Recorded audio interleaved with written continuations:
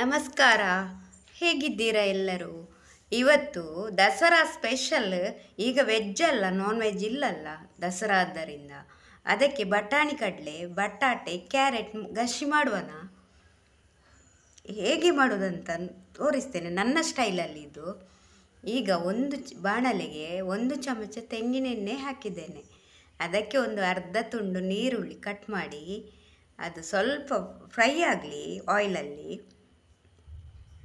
ಸ್ವಲ್ಪ ಫ್ರೈ ಆದಮೇಲೆ ಅದಕ್ಕೆ ಸ್ವಲ್ಪ ಬೇವು ಸೊಪ್ಪು ಹಾಕುವ.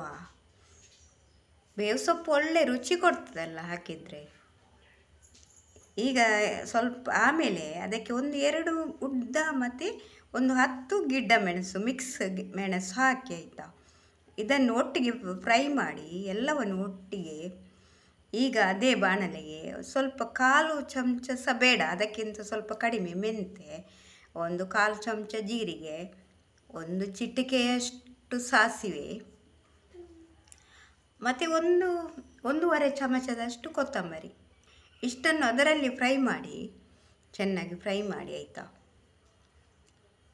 ಯಾರಿಗೆಲ್ಲ ನಮ್ಮ ವಿಡಿಯೋ ಇಷ್ಟ ಆಯಿತು ನಮಗೆ ಒಂದು ಲೈಕ್ ಕೊಡಿ ಆಯಿತಾ. ಇದು ತುಂಬ ಸ್ಪೆಷಲ್, ಇದು ಎಲ್ಲರಿಗೂ ಸಹ ಇಷ್ಟ ಅಲ್ಲ ಬಟಾಣಿ ಕಡಲೆ ಬಟಾಟೆ ಅಂದರೆ ಅಲ್ಲ. ಆಮೇಲೆ ಅದೇ ಬಾಣಲೆಗೆ ಒಂದು ಅರ್ಧ ತೆಂಗಿನಕಾಯಿ, ಅರ್ಧ ಅಂದರೆ 1 ಗಡಿ ತೆಂಗಿನಕಾಯಿ ಒಟ್ಟಿಗೆ ಫ್ರೈ ಮಾಡುವ. ಚೆನ್ನಾಗಿ ಫ್ರೈ ಆಗಲಿ ಅದರಲ್ಲಿ. ಈಗ ಇದನ್ನು ಉಂಟಲ್ಲ ಚೆನ್ನಾಗಿ ನೈಸಾಗಿ ಕಡೆಯಿರಿ ಆಯಿತಾ. ಈಗ ಇಷ್ಟು ಫ್ರೈ ಆದರೆ ಸಾಕು, ಇದನ್ನು ಕಡೆಯಿರಿ. ಈಗ ಇದು ಕುಕ್ಕರಲ್ಲಿ ಒಂದು ಬಟಾಣಿ ಕಡಲೆ ಬೇಯಲಿಕ್ಕೆ ಇಟ್ಟಿದ್ದೇನೆ.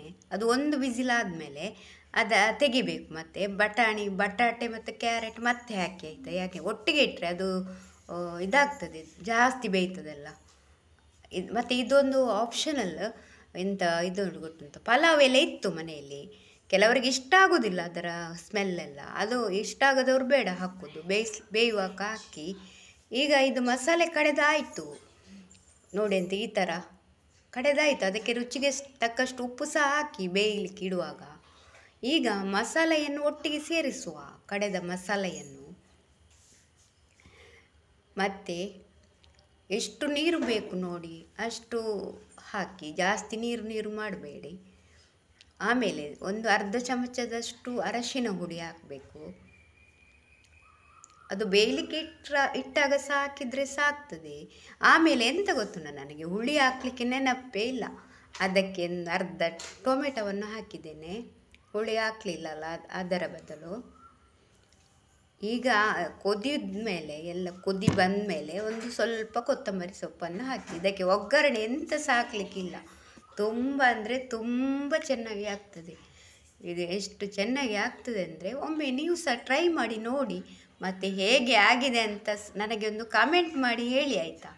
ಮತ್ತು ಯಾರೆಲ್ಲ ಫಸ್ಟ್ ಟೈಮ್ ನೋಡ್ತಾ ಇದ್ದೀರಿ ನನಗೆ ಒಂದು ಸಬ್ಸ್ಕ್ರೈಬ್ ಮಾಡ್ತೀರಲ್ಲ. ಮತ್ತು ಯಾರೆಲ್ಲ ಈ ವಿಡಿಯೋವನ್ನು ನೋಡಿದ್ದೀರಿ ನಿಮಗೆ ಎಲ್ಲರಿಗೂ ಸಹ ಥ್ಯಾಂಕ್ ಯು. ಮತ್ತು ಎಲ್ಲರಿಗೂ ದಸರಾ ಹಬ್ಬದ ಶುಭಾಶಯಗಳು. ಬಾಯ್.